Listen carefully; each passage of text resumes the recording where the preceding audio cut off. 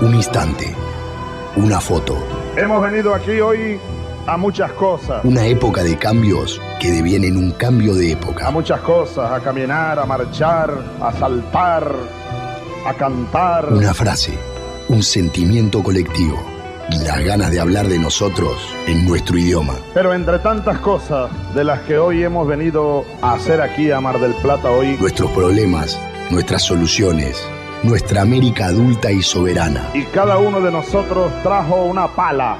Un fantasma recorre Europa y el mundo entero. Una pala de enterrador. Un continente que expone a la faz del mundo entero sus conceptos, sus fines, sus aspiraciones. Y una frase que lo resume todo. Porque aquí en Mar del Plata, gritada en el lugar indicado, está la tumba del Alca. En el momento exacto.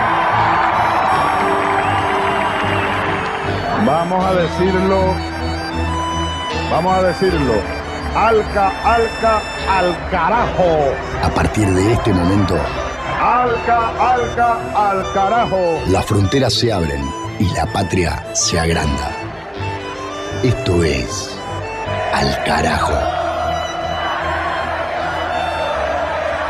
Noticias, política y cultura de América. Esto es Al Carajo. Alca, Alca, Alca, al carajo.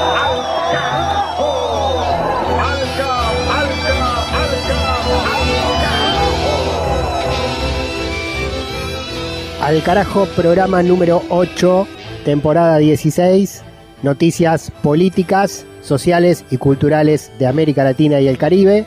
Bienvenidos y bienvenidas. Reclamos contra el gobierno derechista de Mulino en Panamá, lucha por una ley de biodiversidad en Guatemala, encuentro de presidentes en Brasil, pedidos de libertad de Pedro Castillo en Perú, reacciones de México contra los embates de Estados Unidos.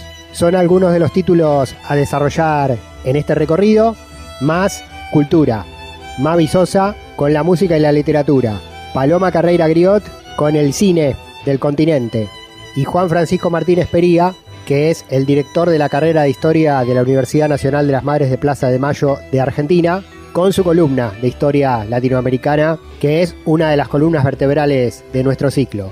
Junto a ellos, Mavi, Paloma y Juan, quien habla, Pablo Daniel Ovín. Estoy en la conducción del programa, en la producción periodística, la transmisión de los títulos y el desarrollo de las noticias, más algunas ediciones artísticas para terminar de darle forma a todo este viaje que acá emprendemos una vez más. Al Carajo suena en medio centenar de radios comunitarias, universitarias, rurales y públicas de Bolivia, de Chile, de Argentina, de Uruguay, y también en el canal de YouTube Al Carajo Radio, donde pueden encontrarnos en cualquier momento por fuera de la tiranía de los tiempos cronológicos. Damos inicio al viaje, caminamos por la cintura cósmica del sur hacia los primeros destinos. Del Atlántico a los Andes, del cerro a la cordillera. Al Carajo. Las noticias de América.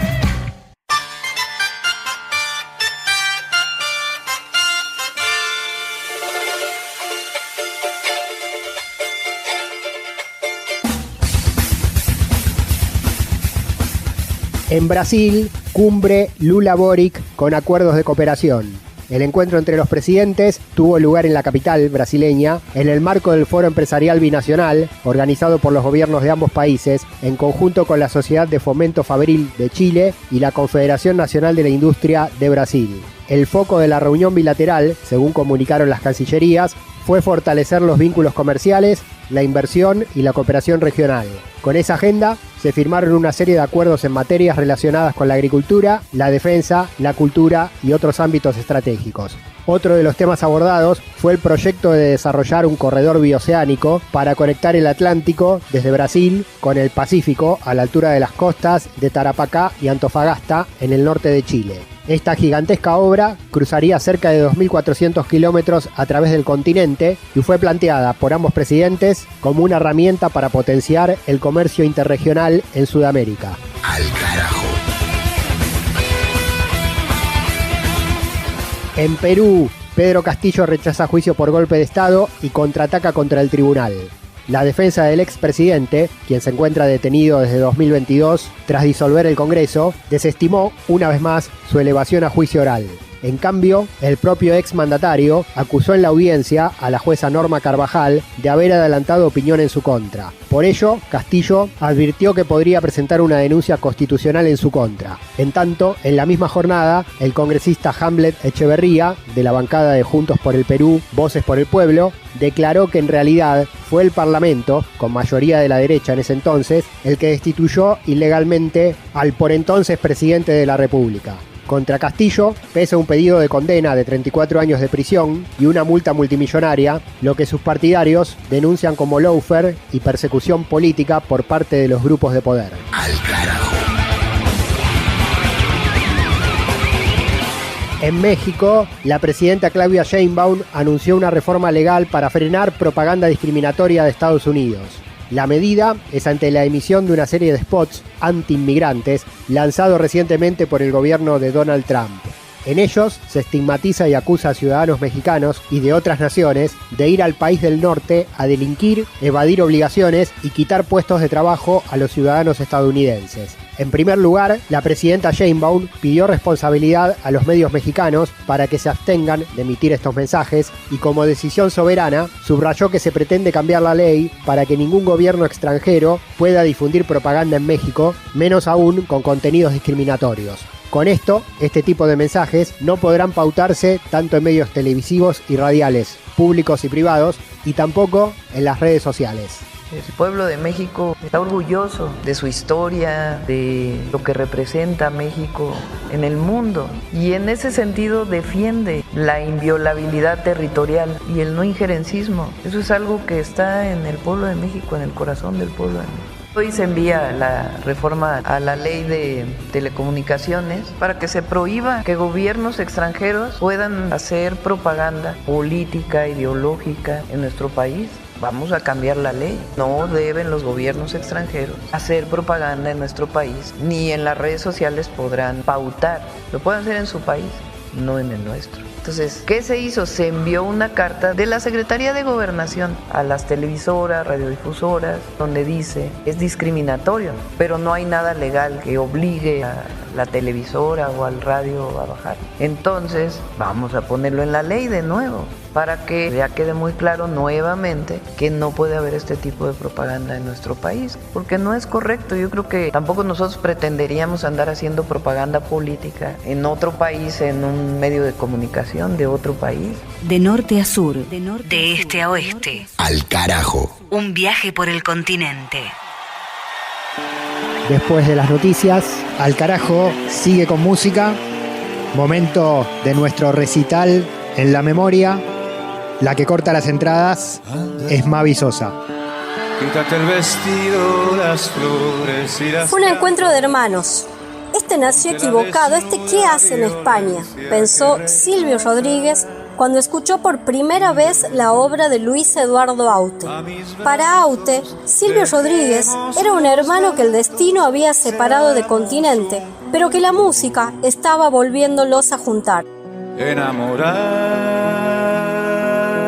Ambos, después de varios encuentros sobre los escenarios, en 1993 realizaron el concierto Mano a Mano, que quedó registrado en un disco doble de 24 temas, clásicos que marcaron toda una época. El primer contacto entre los artistas, uno filipino y el otro cubano, fue a través de sus canciones. Rito, el disco que Aute sacó en 1973 y que implicó su regreso a la carrera musical, sonaba ya por toda Cuba. Aute conoció a Silvio a través de un cineasta vasco, Antson Ezeiza, quien llevó a España la grabación de Playa Girón, aquel maravilloso tema que salió en el primer disco de Silvio Rodríguez, Días y Flores. Pídeme que viole las leyes que te encarnan. A pesar de conocerse, recién en 1983 compartieron escenario, cuando Aute invitó a Rodríguez para participar del disco Entre Amigos, que grabó junto a otros artistas como Pablo Milanés, Joan Manuel Serrat o Teddy Bautista. Desde entonces se cruzaban cada tanto para interpretar algún tema juntos. hasta que el 24 de septiembre de 1993 presentaron el concierto Mano a Mano en la Plaza de Toros de las Ventas, en Madrid. Ese encuentro tuvo como objetivo recaudar fondos para concretar un viejo proyecto de Silvio, que era la construcción de un estudio de grabación para los músicos de La Habana. Ojalá que las hojas no te toquen el cuerpo cuando caiga, para que no las puedas convertir en cristal. Ojalá que la lluvia deje de ser milagro que baja por tu cuerpo. El disco, que hoy no se consigue en puntos de venta convencionales, salió tiempo después y recibió en ese momento la crítica de que se trataba de una obra poco trascendental, porque no presentaba ninguna novedad. El tiempo fue el encargado de rebatir esas ideas. Mano a Mano no solo marcó el género de música de cantautores y trovadores de aquel momento, sino que dejó un sello para toda una generación combativa y militante de América Latina, que en plena década del 90 sufría los embates de una cultura neoliberal cada vez más agresiva. Silvio, solo con su guitarra, y Luis Eduardo Aute, con su banda. Esa fue la formación para el espectáculo, que no se privó de clásicos. Interpretaron todos los temas que tenían que sonar en un encuentro de esas características. La canción final fue Albanta, pero también sonaron La Masa, El Unicornio, Óleo de una mujer con sombrero, Te doy una canción, Ojalá, mientras que Aute sumó La Belleza, Anda, Sin tu latido, De alguna manera, entre otras. Ojalá las paredes no retengan tu ruido de camino cansado. Ojalá que el deseo se vaya atrás de ti. Mano a Mano, aquel trabajo discográfico que en su origen estaba pensado, según Aute, como el encuentro de dos amigos que buscan pretextos para encontrarse y cantar, se convirtió rápidamente en un disco de culto y hasta ahora lleva vendidas más de 200.000 copias. No se trataba de dos artistas masivos o populares. Sin embargo, Mano a Mano es hoy una puerta de entrada perfecta para la música trova y sin lugar a dudas ha marcado un antes y un después en el género. Hoy, Mano a Mano se lo puede escuchar solo por plataformas. Nos une nuestra pasión por la actividad, las ganas que tenemos de hablar de todo y sobre todo, tengo una enorme y profunda admiración por sus canciones, que son él, había dicho Aute unos días antes de aquel concierto. En 2013 hubo un intento de un nuevo reencuentro en México, pero no fue posible. De aquel memorable concierto hemos escuchado Anda de Luis Eduardo Aute y Ojalá de Silvio Rodríguez. Ahora escuchamos Al Alba. Si te dijera, amor mío, que temo a la madrugada, no sé qué estrellas son estas que vienen como amenazas, ni sé qué sale la luna al filo de su guardia. Presiento que tras la noche vendrá la noche más larga. Quiero que no me abandone, amor mío, al alba, al alba.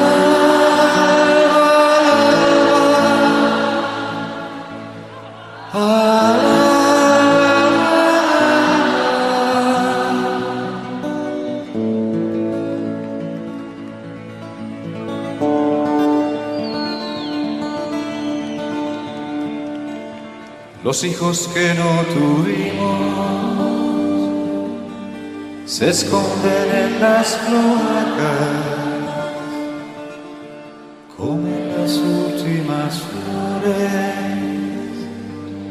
Parece que adivinara que el día que se avecina viene con hambre atrasada. Presiento que tras la noche es la noche más larga.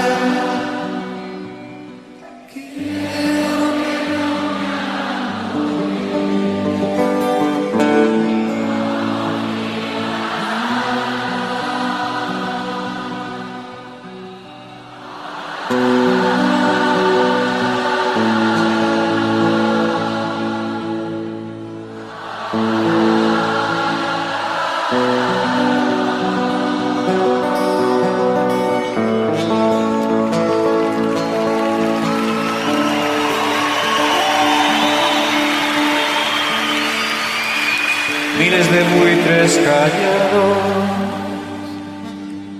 van extendiendo sus alas.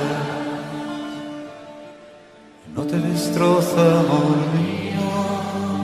Al carajo. Esta silenciosa danza, Una mirada al sur desde el sur. maldito baile de muertos. Y de la historia musical a través de este concierto de Silvio y Aute que nos trajo Mavi Sosa a través del tiempo, la música nos da pie a hablar de la historia política con Juan Francisco Martínez Pería, nuestro compañero y comandante de esta columna de historia en Al Carajo. Lo saludo a Juan, bienvenido como siempre. Hola Pablo, ¿cómo te va? Una gran alegría estar nuevamente en el programa. Un saludo para vos y para toda la audiencia. Dejamos atrás abril. Abril en la historia latinoamericana es mes para la República Dominicana, para la isla de Santo Domingo. Sí, vamos a estar hablando de una revolución que hubo el 25 de abril de 1965, están cumpliendo 60 años de ese acontecimiento, pero lo vamos a estar enmarcando en una historia de más largo plazo, de un proceso de mayor alcance, ¿no? En tanto la historia del Caribe como de América Latina en general. República Dominicana, el Caribe en general es un lugar mucho más importante de lo que a priori la gente, por lo menos en el cono sur, se puede imaginar, o que el imaginario eurocéntrico nos hace pensar, ¿no? Generalmente yo siempre digo lo mismo, cuando pensamos en el Caribe pensamos playas tropicales, un espacio paradisíaco, tragos, carnaval, etcétera, etcétera, y pensamos que es un lugar periférico, poco relevante en términos históricos, poco relevante en términos geopolíticos, y nada de eso. Es un lugar sumamente importante, ¿no? En términos estratégicos, un lugar sumamente importante en términos históricos, en términos económicos, en términos culturales. Es el primer lugar donde comenzó la conquista de América, el primer lugar donde empezó el genocidio de los pueblos originarios, el primer lugar donde empezó la esclavitud y el tráfico de la esclavitud en América, es el primer lugar donde se establecieron los discursos racistas, es el lugar donde las potencias se disputaron permanentemente ese espacio, es la entrada a América, es la conexión principal entre América, Europa y África, y además fue un lugar muy importante en términos económicos. Hubo grandes booms económicos, sobre todo a partir del siglo XVII, el XVIII, vinculado con el azúcar y otros productos tropicales, ¿no? Azúcar, café, algodón, índigo, pero fundamentalmente el azúcar, ¿no? O sea que el Caribe es un lugar muy, muy relevante y por eso los imperios se lo han disputado permanentemente, ¿no? Los imperios que son muy inteligentes y que tienen sus estrategias muy claras se han disputado permanentemente esta puerta a las Américas, ¿no? De hecho, es todavía hoy un lugar donde todavía sigue habiendo colonias más o menos disfrazadas o directamente colonias sin ningún disfraz y donde además hay una infinidad de bases militares, ¿está bien? A diferencia de lo que tal vez uno puede pensar. Obviamente que el Caribe ahora no tiene la relevancia que tuvo en algún momento, pero sí es un lugar mucho más importante de lo que imaginamos o de lo que aparece en los libros o aparece en los medios de comunicación. El Caribe ha sido históricamente un lugar de disputa permanente entre los imperios. Es tan así que ahí han estado metidos obviamente los españoles, los holandeses, los franceses, los ingleses incluso los suecos, los dinamarqueses, y también, obviamente, el último gran imperio en meter la cola y meter la mano, que fue, por supuesto, Estados Unidos, que empieza, digamos, en la medida que se empieza a expandir a fines del siglo XIX, tiene el Caribe entre ceja y ceja, y por eso se apropia de Puerto Rico, donde todavía siguen estando hasta hoy a la mañana y ahora mismo, y también se apropian un poco más disimuladamente de Cuba, ¿no? Estableciendo una lógica neocolonial, y después ocupando varias islas de manera directa. La isla que nos interesa hoy es República Dominicana. República Dominicana comparte, el país República Dominicana comparte con Haití la misma isla. Esa isla, de hecho, originalmente se llamaba Haití y fue conquistada por los españoles, es donde comienza toda la experiencia de conquista de América, y con el tiempo terminó dividida en dos. A partir del siglo XVII, una colonia española y una colonia francesa. La colonia francesa es la que se independiza como Haití, ¿no? El actual Haití, que ya hemos hablado en varias columnas y que más adelante volveremos a hablar del queridísimo Haití, que está viviendo una situación muy difícil. Y por otro lado, Santo Domingo Español, que pasa a ser, a partir de la década del 40 del siglo XIX, República Dominicana. La República Dominicana del siglo XIX tuvo una historia muy compleja, de mucho conflicto. Incluso República Dominicana fue un caso único, te diría, en América Latina, y habría que ver, si no a nivel global, de un país que había logrado independizarse y que termina de manera totalmente voluntaria, termina convirtiéndose nuevamente en una colonia. También en la década del 60 del siglo XIX, los líderes dominicanos de la élite dominicana, por un gran miedo a la influencia de Haití, algo sobre lo que voy a volver, terminan pidiéndole a España ser parte del Imperio Español. Terminan convirtiéndose nuevamente en una colonia española. Eso va a durar muy poco porque España no va a cumplir muchas de las promesas que le había dado a República Dominicana, porque además va a haber toda una crisis interna y una oposición interna, pero digamos es un caso muy emblemático, ¿no? De una mirada extremadamente neocolonial e incluso también muy prohispana, digamos, ¿no? República Dominicana es uno de los países latinoamericanos más explícitamente hispanistas y con una élite fuertemente racista en contra de Haití.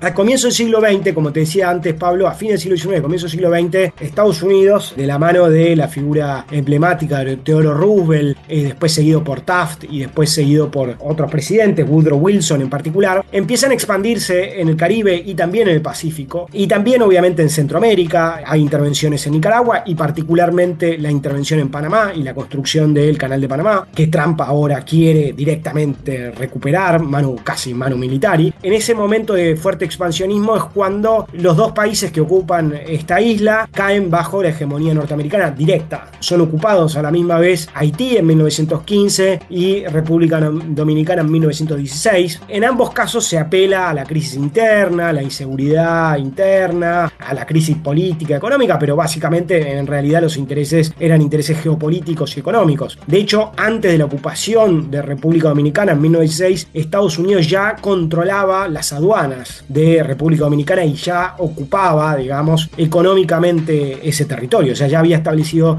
lógicas neocoloniales. La ocupación de Haití va a durar un periodo más largo, de 1915 a 1934, 19 años, y el caso de República Dominicana es más breve, termina en 1924, pero en ambos casos, y como ha ocurrido en otras partes de América Latina u otras partes del mundo, Estados Unidos cuando se va deja las cosas muy amañadas, ¿no? Deja fuerzas militares o fuerzas armadas aliadas, ¿no? Adictas a Estados Unidos, y dejan líderes que también son aliados y adictos a Estados Unidos, ¿no? Un caso emblemático del que hablé recientemente es el de Nicaragua, donde cuando se van dejan a Somoza. Somoza termina asesinando en 1933 a uno de los grandes líderes antiimperialistas que tuvo la región, que es Sandino, y Somoza va a terminar convirtiéndose en dictador en Nicaragua. Va a ser una familia dinástica, ¿no? Una dinastía, la de los Somoza, Somoza padre y los dos hijos. Finalmente va a terminar siendo derrocada con la revolución sandinista en el 79. Y en el caso de República Dominicana, quien va a terminar tomando el poder en 1930, 6 años después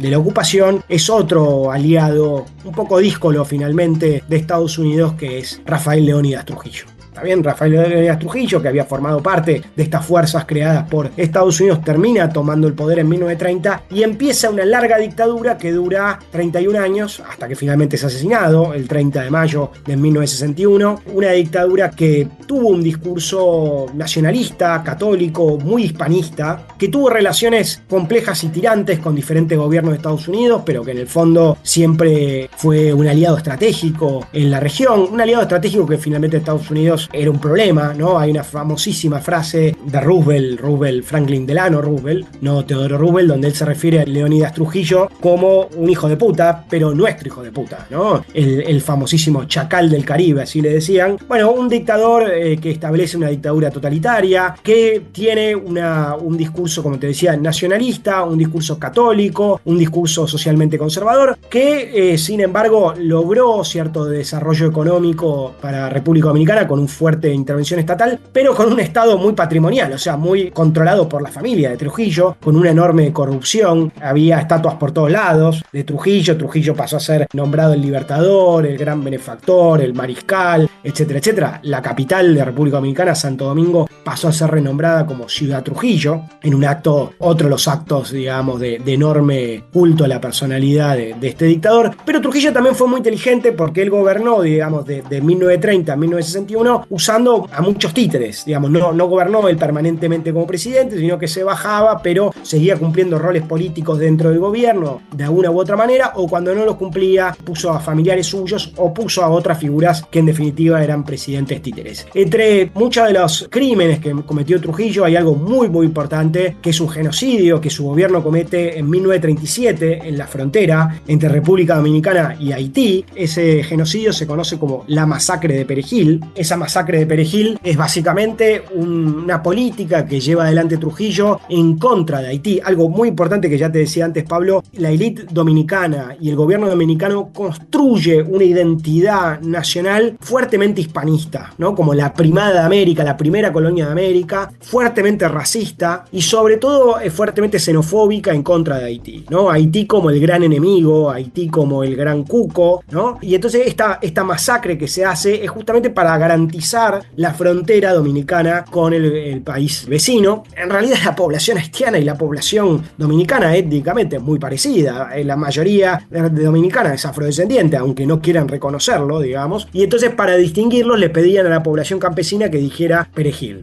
Y aquellos que no podían pronunciar Perejil como se esperaba en el castellano dominicano, era asesinado a machetazo limpio, digamos, ¿no? Esto fue un acontecimiento terrible, que fue uno de los grandes marcas del gobierno dominicano. República Dominicana después terminó pagando una indemnización, pero paupérrimo, digamos. Cada haitiano asesinado valía, no sé, muy pocos dólares, realmente una historia tremenda, uno de los grandes crímenes que cometió Trujillo. Trujillo también es muy conocido por el asesinato de las hermanas Mirabal, que eran militantes antitrujillistas y que fueron asesinadas fingiendo un accidente. Así es, Patria, Minerva y María Teresa Mirabal, 25 de noviembre de 1960, y de ahí surge el Día Internacional de la Eliminación de la Violencia contra la Mujer. Se lo debemos al dictador dominicano, paradójicamente. Y bueno, y Trujillo fue acumulando crímenes y crímenes, e incluso fue tal la corrupción y tal el autoritarismo que sectores de la élite dominicana se cansaron de Trujillo y la terminaron soltando la mano de alguna manera, y termina siendo asesinado por sectores en realidad que hasta ayer a la tarde eran trujillistas, y lo terminan asesinando el 30 de mayo de 1961. Algo muy importante, Trujillo no era el presidente en ese momento, había sido su hermano el presidente, y debido a las críticas y también las críticas de la OEA, finalmente quien toma el poder era el que había sido el vicepresidente, que era Joaquín Balaguer. Y esto es importante, ¿por qué? Porque Joaquín Balaguer era un intelectual que había sido uno de los constructores del discurso nacionalista, elitista, católico, racista dominicano, y que formaba parte del gobierno trujillista, ¿no? Y es muy importante por el rol que va a tener posteriormente. Cuestión es que en 1961 Trujillo es asesinado. Estamos en un contexto regional y global muy importante, que es el contexto de la Guerra Fría y el contexto del impacto de la Revolución Cubana en América Latina y particularmente en el Caribe, ¿no? Y estamos en 1961, donde venimos de otro acontecimiento que ocurre en abril, que obviamente es Bahía de Cochinos, la fallida invasión auspiciada por Estados Unidos. Y la cuestión es que ahí quien va a tomar el poder va a ser el hijo de Trujillo, que es Ramfis Trujillo, una figura caricaturesca, un personaje muy nefasto, y al poco tiempo va a haber elecciones. Esas elecciones van a derivar en el triunfo de una figura muy muy importante de la cultura, de las letras y de la política latinoamericana, que es Juan Bosch, que escribió una infinidad de libros, tanto de literatura como de ensayismo social, político, histórico. Era el líder de un partido, el Partido Revolucionario Dominicano, que termina ganando las elecciones. Juan Bosch escribió un libro que yo quiero recomendar mucho a la audiencia, que es El Caribe, Frontera Imperial. Un libro que es una historia, una larga historia del Caribe, y que acuña este concepto del Caribe como una frontera imperial, un lugar de permanente disputa entre los imperios, que es el concepto que yo venía utilizando al principio de la columna. Cuestión es que Juan Bosch llega al poder, y Juan Bosch no era comunista, pero sí era claramente un líder progresista, era un líder socialdemócrata, diríamos, ¿no? Gana las elecciones a fines del 62, en diciembre del 62, toma el cargo a comienzos del 63, en febrero del 63, y dura en el gobierno apenas unos meses. Termina siendo derrocado en septiembre del 63. Una de las cosas que hace es impulsar una reforma constitucional, democratizando el país, y también una tenue, digamos, reforma agraria. Todo esto para la élite trujillista o neotrujillista o post-trujillista, o llamémoslo como querramos, dominicana, para los sectores de la iglesia, los sectores del ejército, era un escándalo, y Juan Bosch termina sufriendo un golpe de Estado, ¿no? Y obviamente con el fantasma de la Revolución Cubana, el fantasma del comunismo en la región, ese golpe de Estado termina derrocándolo y haciendo que ese gobierno tenga una duración de apenas unos pocos meses. Ahora, eso deriva en un triunvirato, en una dictadura que continúa con las políticas, como te decía, de Trujillo sin Trujillo, y eso deriva hasta 1965 en una rebelión, en una revolución que ocurre en abril, hecha por sectores militares y sectores populares. Bosch no estaba en el país, estaba en el exilio, particularmente en ese momento en Puerto Rico. Hay una rebelión, o una revolución, mejor dicho, cívico-militar, encabezada por Francisco Camaño de Ño, que era un comandante militar, que se autodenominan como constitucionalistas, ¿no? Lo que reivindican es la continuidad del gobierno de Juan Bosch, y lo que reivindican es la constitución que él había promovido en 1963. Esta revolución logra imponerse de alguna manera frente a los sectores hegemónicos liderados por Wessing y Wessing, otro comandante, y hay básicamente el comienzo de una suerte de guerra civil entre sectores militares que reivindican a Bosch, a la Constitución, y sectores militares de índole más conservadora. Y esta guerra civil, esta revolución, en realidad tuvo todo lo de ganar. Nombra inicialmente como líder a Francisco Camaño de Ño, con la idea de que vuelva Juan Bosch, y finalmente, y esto es lo más importante, Pablo, esa guerra civil, cuando estaban triunfando los sectores constitucionalistas, se da vuelta a partir de la intervención de Estados Unidos. En ese momento ya había sido asesinado Kennedy, y quien estaba en el poder era Johnson, y Johnson, a partir del llamado de los sectores conservadores y los sectores que continuaban el legado de Trujillo, termina invadiendo una vez más la isla. Esa invasión va a durar un tiempo, pero lo más tremendo es que esa invasión va a estar protagonizada por 42.000 soldados, 42.000 marines, para una isla o un país que está en una isla muy pequeña, y que claramente de ninguna manera era una amenaza para Estados Unidos. Esto obviamente tampoco es una novedad, como te venía diciendo antes, Pablo. Estados Unidos ya había intervenido en el Caribe varias veces, y Estados Unidos va a volver a intervenir. Pensemos en lo que va a pasar posteriormente en Granada, ¿no? Lo que va a pasar después en Panamá con Noriega, pero bueno, nos muestra el nivel de locura imperialista, y Estados Unidos le va a lavar la cara a esta ocupación de dos maneras. Una, a través de la OEA va a legitimar esta intervención, la OEA va a legitimar la intervención y se va a crear una Fuerza Interamericana de Paz. Esa Fuerza Interamericana de Paz va a estar compuesta por destacamentos militares o por grupos militares de diferentes países, muchos de ellos totalmente no democráticos. Nicaragua, Paraguay, donde había dictadura, Brasil, que también tenía una dictadura, van a ser los adalides de la democracia en República Dominicana. La OEA, esto que se ha conocido como el Ministerio de Colonias de Estados Unidos, termina lavándole la cara a esta invasión, una invasión tremenda. Esa invasión, esa ocupación dura varios meses, finalmente garantiza que los sectores de Bosch sean derrotados con un acuerdo que deriva en un proceso electoral. Una salida electoral básicamente amañada, con muy escasa legitimidad y con una cancha muy inclinada, en la cual termina ganando Joaquín Balaguer. Joaquín Balaguer, que había sido ese último presidente de la época de Trujillo vivo, que claramente implicaba una continuidad del trujillismo sin Trujillo, y quien va a terminar convirtiéndose en la figura hegemónica durante décadas y décadas, porque va a ser presidente varias veces, en República Dominicana. Y Juan Bosch, a pesar de poder volver a República Dominicana mucho tiempo después, nunca va a poder en vida volver a ser presidente. 6 décadas después, estamos en el mismo lugar. Hoy en República Dominicana hay un gobierno, el de Luis Abinader, el presidente que fue reelecto hace poco, del Partido Revolucionario Moderno, que es un desprendimiento del PRD de Bosch, que llegó al gobierno con discurso progresista y hoy tiene un discurso trampista de cierre de frontera con Haití y de estigmatización a los vecinos del otro lado de la isla de Santo Domingo, y un discurso completamente alineado con el interés colonialista de Estados Unidos, ¿no? Toda esta historia impresionante que cuenta Juan, bueno, nos pone casi que en un punto de partida 6 décadas después.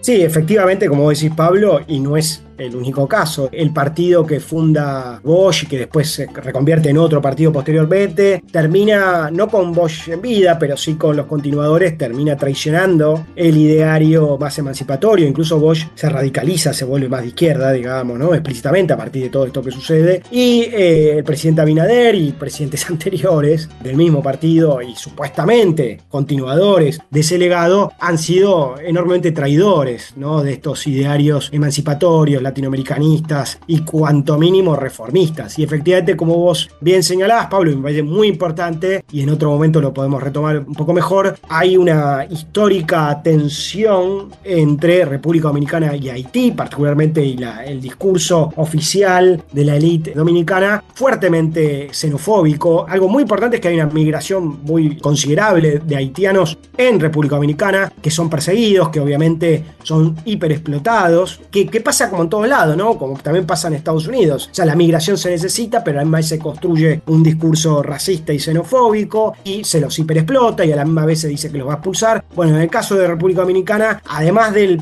muro que se está queriendo construir y se está construyendo en realidad, otra cosa que ha ocurrido en tiempos recientes, ya van varios años, salió una ley, digamos, que le quitó la ciudadanía a los hijos de haitianos que nacieron en República Dominicana. Y ha quedado miles de personas apátridas, que no son ni haitianos ni, por otro lado, dominicanos, ¿no? Entonces, efectivamente, como vos decís, esto continúa trágicamente. Para cerrar esta semblanza que hace Juan Francisco Martínez Pería aquí en Al Carajo, nos vas a recomendar otra herramienta, una herramienta cultural para seguir esta historia. Sí, quería recomendar una serie de películas, además de los libros de Bosch, particularmente el libro de Bosch que yo comentaba antes. Hay un cineasta dominicano que tiene una obra muy importante, muy prolífica. Hay unas películas que son una trilogía sobre la larga dictadura de Trujillo, que se llama El poder del jefe. Realmente la recomiendo muchísimo. Después hay otra película sobre Juan Bosch, que se llama El presidente en la frontera imperial. Y finalmente sobre la figura de Balaguer, también hay una serie de películas que llaman La violencia del poder, ¿no? Entonces, quien quisiera meterse en esto, son documentales excelentes y con muchísimo archivo, y realmente es muy impresionante, ¿no? Poder ver ahí de primera mano la historia en estos documentales de René Fortunato, que los recomiendo mucho. Varios de ellos estaban en YouTube, yo los vi en YouTube. Ahora la verdad que no sabría decirles si están completos en YouTube, pero seguramente si se busca se encuentra. Bien, para seguirla, Juan Francisco Martínez Pería, docente de la educación pública latinoamericana, historiador, gracias como siempre. Gracias, Pablo. Seguimos en Al Carajo. Al Carajo. Al Carajo. Identidad, música y cultura de América Rebelde. Hola, Paloma Carreira Griot, una vez más en los micrófonos de Al Carajo. Momento para el cine latinoamericano en la continuidad de este episodio. Hola Pablo, hola a todas las audiencias de Al Carajo. Nos vamos con el cine para Paraguay con la película Matar a un muerto. Por un Paraguay grande, próspero y feliz, el excelentísimo señor presidente de la República, general de ejército Don Alfredo Stroessner, inauguró el día de hoy importantes obras para la nación. Esta ficción de suspenso y drama y esta mezcla extraña del 2019 está dirigida por Hugo Jiménez. Atención, Coco 5, aquí Central 3. Se enviaron piezas. Con este adelanto sonoro, con el que nos introducimos al comentario de la película, se expresa claramente que el director utiliza la ficción para la denuncia de hechos aberrantes de la realidad histórica de su país. Composición de tiempo y de lugar de la historia. En Matar a un muerto nos vamos a ubicar en Paraguay en el año 1978, en plena dictadura, y vamos a ver en principio a dos hombres en un bosque muy tupido, en un rancho medio destartalado, a las orillas de un lago alejado de las poblaciones, todo repleto de soledad, de abandono. No sabemos bien en qué lugar de Paraguay es. Atención, Cocue 5, aquí Central 3. Copia, cambio. Aquí Cocue 5, le copio, cambio. Cocue 5, ¿qué pasa con los paquetes? Cambio. A estos dos hombres su trabajo consiste en recibir unos paquetes que le anuncian por medio de una radio que van a llegar y ellos van a tener que enterrar estos paquetes en este espacio, en este bosque alejado. Estos paquetes no son ni más ni menos que cadáveres, y un día uno de estos paquetes, que así lo llaman en la película, se dan cuenta que todavía está vivo, y es acá donde los va a sacar un poco de su vida monótona y rutinaria a estos dos hombres que se encargan muy minuciosamente de cumplir su trabajo y sin cuestionar nada de lo que están haciendo. Y acá surge la pregunta, bueno, ¿qué hacemos con este hombre que está vivo? Y a diferencia de que van a tener los dos protagonistas, va a ser que se desaten los problemas y a la vez mostrar que, bueno, que ellos en realidad nunca tuvieron que matar a nadie, simplemente eran los encargados de enterrar los cuerpos. Todo en orden, señor. Tuvimos un problemita nomás, un animal anda desenterrando los paquetes, pero ya le agarramos, cambio.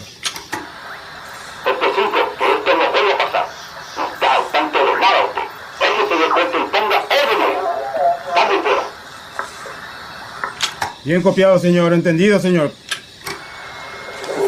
Esta ópera prima de Hugo Jiménez transcurre en gran parte en guaraní como idioma principal, también escuchamos un poco de español. Fue elegida para representar a Paraguay como mejor película internacional en los premios Oscar del 2021. Y bueno, pone un poco de manifiesto todas estas personas que han desaparecido en Paraguay y que han sido enterradas clandestinamente en la dictadura y que muchos de ellos todavía siguen sin conocerse su paradero. La puedo revisar si querés. Debe ser la antena.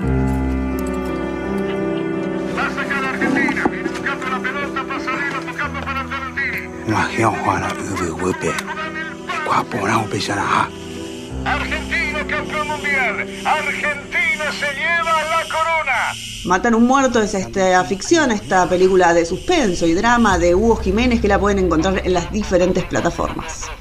Atención, Cocue 5, aquí Central 3. Ni tratados de libre expoliación, ni tratados como incapaces. Al carajo.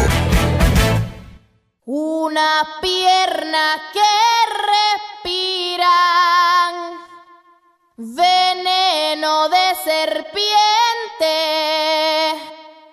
por el camino del viento. Voy soplando aguardiente. El día había comenzado entusiasmado y alegre. Dice. Volvemos a las noticias. Ahora en Al Carajo, para esta emisión 8 de la temporada 2025, en voz propia desde los territorios. Destino, América Central. Lo importante es llegar. Tengo tu antídoto. No tiene identidad. Somos idénticos. Aquí llegó sin avisar. Informe político en Panamá. Protestas contra el gobierno de Mulino por su entreguismo a los Estados Unidos. Así titulan los compañeros y compañeras de Radio Temblor desde el país centroamericano. Informe de Dana Betsy Batista junto con Olmedo Carrasquilla desde el lugar de los hechos. La energía negativa yo la derrumbo. Organizaciones populares y ciudadanos repudian la política entreguista del gobierno panameño a los Estados Unidos. Realizaron una jornada de protestas ante la visita del secretario de Defensa de Estados Unidos, Pete Hegseth, cuyo acto obedece al pedido de Donald Trump de obtener el Canal de Panamá. Ante un gobierno entreguista de la soberanía nacional y el canal interoceánico, es una evidencia cómo la élite de poder económica y política, a través del gobierno dirigido por el presidente José Raúl Mulino, maneja el país como una propiedad privada.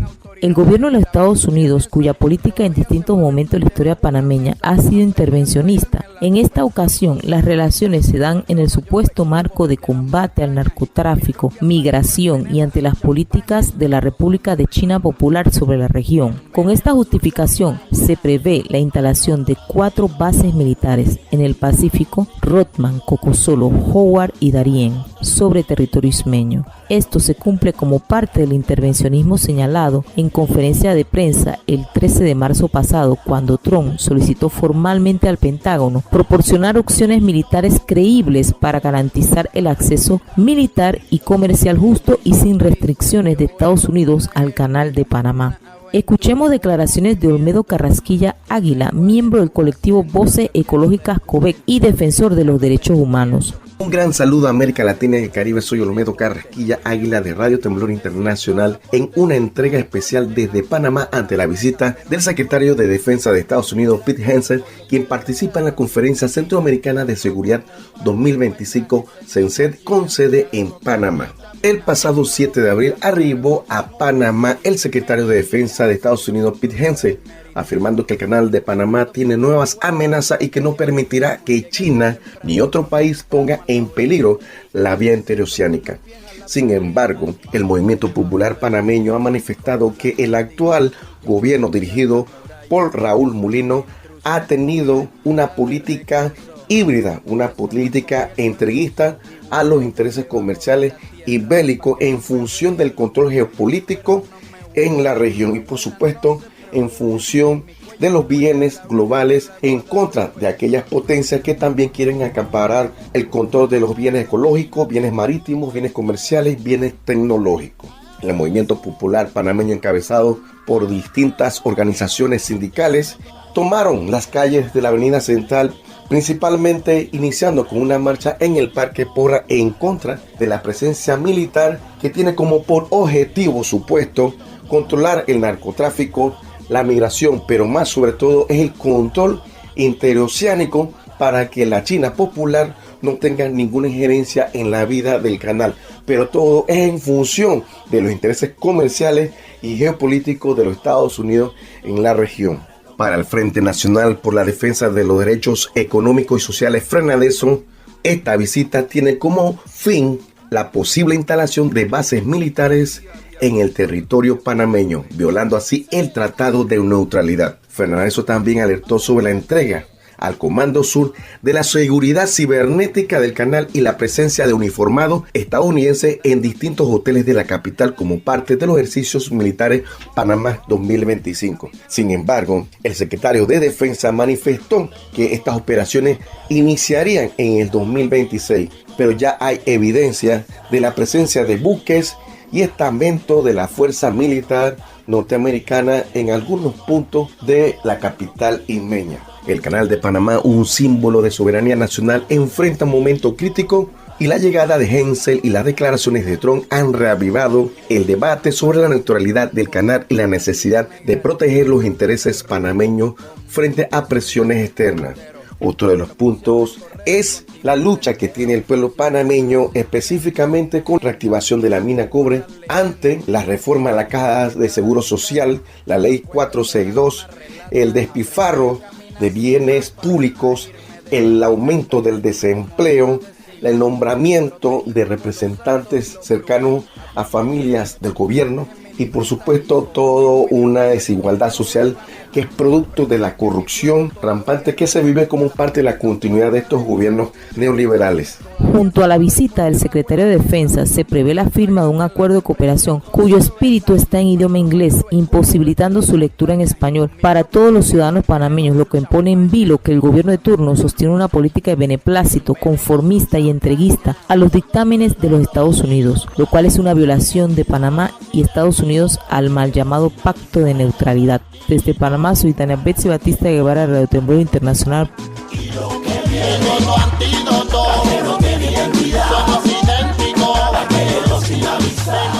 Y ahora llegamos hasta Guatemala. productores agroecológicos realizan feria para visibilizar su situación en el marco del pedido por la aprobación de la Ley de Biodiversidad y de reconocimiento a los saberes ancestrales de las comunidades para aplicarlos a la búsqueda de la soberanía alimentaria. Informa Joselín Valdés de FEGER, la Federación Guatemalteca de Escuelas Radiofónicas. A pie con las patas, pero no importa Soberanía alimentaria. Soberanía alimentaria, nuestro compromiso de lucha.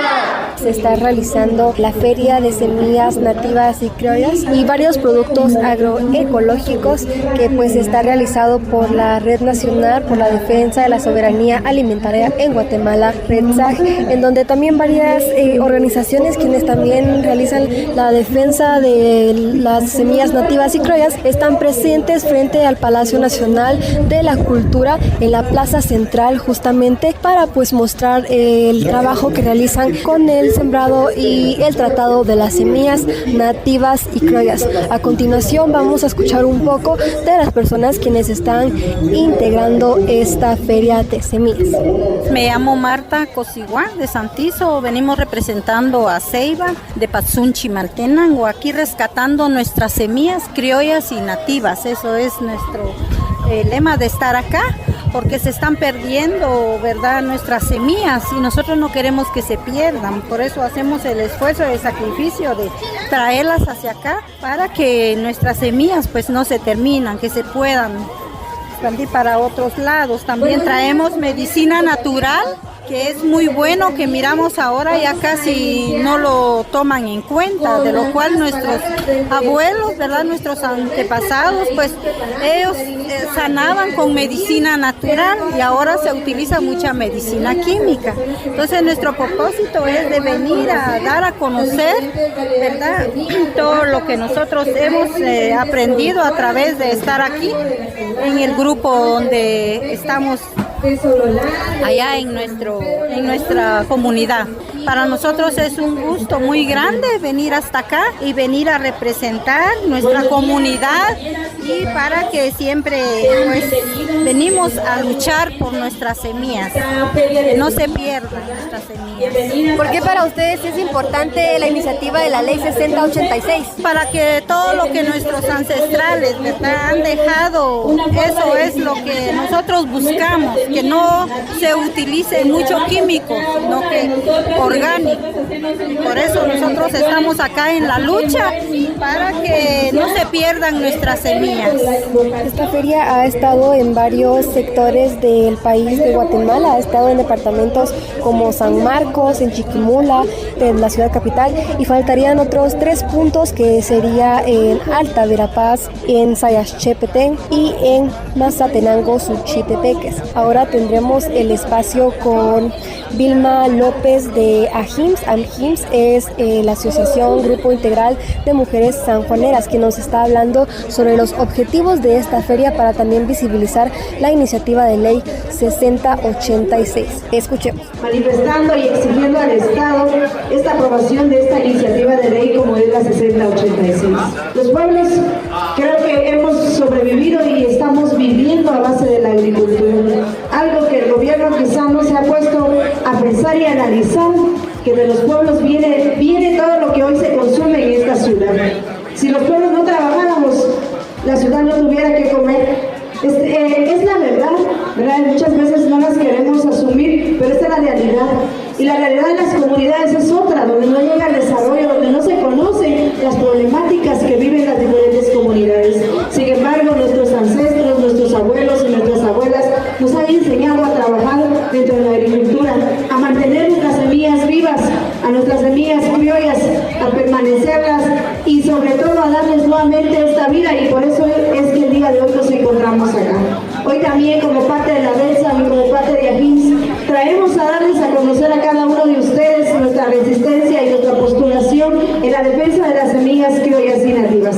Así es de que sean bienvenidos cada uno de ustedes y gracias por estar el día de hoy acá con nosotros. Informando desde los territorios, Jocelyn Valdés. Esta producción artístico-cultural, hecha con cariño y con esfuerzo, sea como un llamado de voluntad y esperanza para todos. Este segmento de noticias fue en voz propia directamente desde los territorios. Créditos, Radio Temblor de Panamá y FEGER, la Federación Guatemalteca de Escuelas Radiofónicas. Al carajo. Una crónica de la región. Las estrellas. Tocando la flauta se declara el amor o se anuncia el regreso de los cazadores. Al son de la flauta, los indios Guayguay convocan a sus invitados. Para los tucano, la flauta llora, y para los calina, habla, porque es la trompeta la que grita.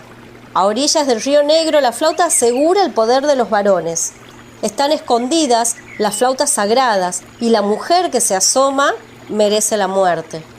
En muy remotos tiempos, cuando las mujeres poseían las flautas sagradas, los hombres acarreaban la leña y el agua y preparaban el pan de mandioca. Cuentan los hombres que el sol se indignó al ver que las mujeres reinaban en el mundo. El sol bajó a la selva y fecundó a una virgen, deslizándole jugos de hojas entre las piernas. Así nació Jurupari. Jurupari robó las flautas sagradas y las entregó a los hombres. Les enseñó a ocultarlas y a defenderlas y a celebrar fiestas rituales sin mujeres. Les contó, además, los secretos que debían transmitir al oído de sus hijos varones. Cuando la mujer de Jurupari descubrió el escondite de las flautas sagradas, él la condenó a muerte y de sus pedacitos hizo las estrellas del cielo. Aquí se queda la clara, la entrañable transparencia de tu querida presencia, comandante Che Guevara. El final de este episodio número 8 fue con otro pasaje más de Memorias del Fuego de Eduardo Galeano, el libro elegido de nuestra Biblioteca Universal Latinoamericana para esta temporada número 16 de nuestro ciclo. Lectura de Mavi Sosa, a cargo de letra y música. En Al Carajo, presente también en esta oportunidad Juan Francisco Martínez Pería, docente, director de la carrera de Historia de la Universidad Nacional de las Madres de Plaza de Mayo de Argentina y militante de la educación pública latinoamericana. Estuvo también Paloma Carreira Griot, Palis, con el cine de nuestro continente, más las voces de los compañeros y compañeras de las radios comunitarias, campesinas e indígenas, con sus informes directamente desde los territorios, más las noticias que pusimos en agenda en esta vuelta bajo producción propia desde nuestro espacio radiofónico. Mi nombre, Pablo Daniel Ovín, en la conducción y producción periodística de todo esto que compartimos. Cierre para esta emisión. Nos reencontramos en la próxima, sonando en cerca de 50 radios comunitarias, rurales, universitarias y públicas de Argentina, de Bolivia, de Chile, de Uruguay y también desde nuestro canal de YouTube Al Carajo Radio. Será hasta nuestro próximo encuentro. Esto fue Al Carajo.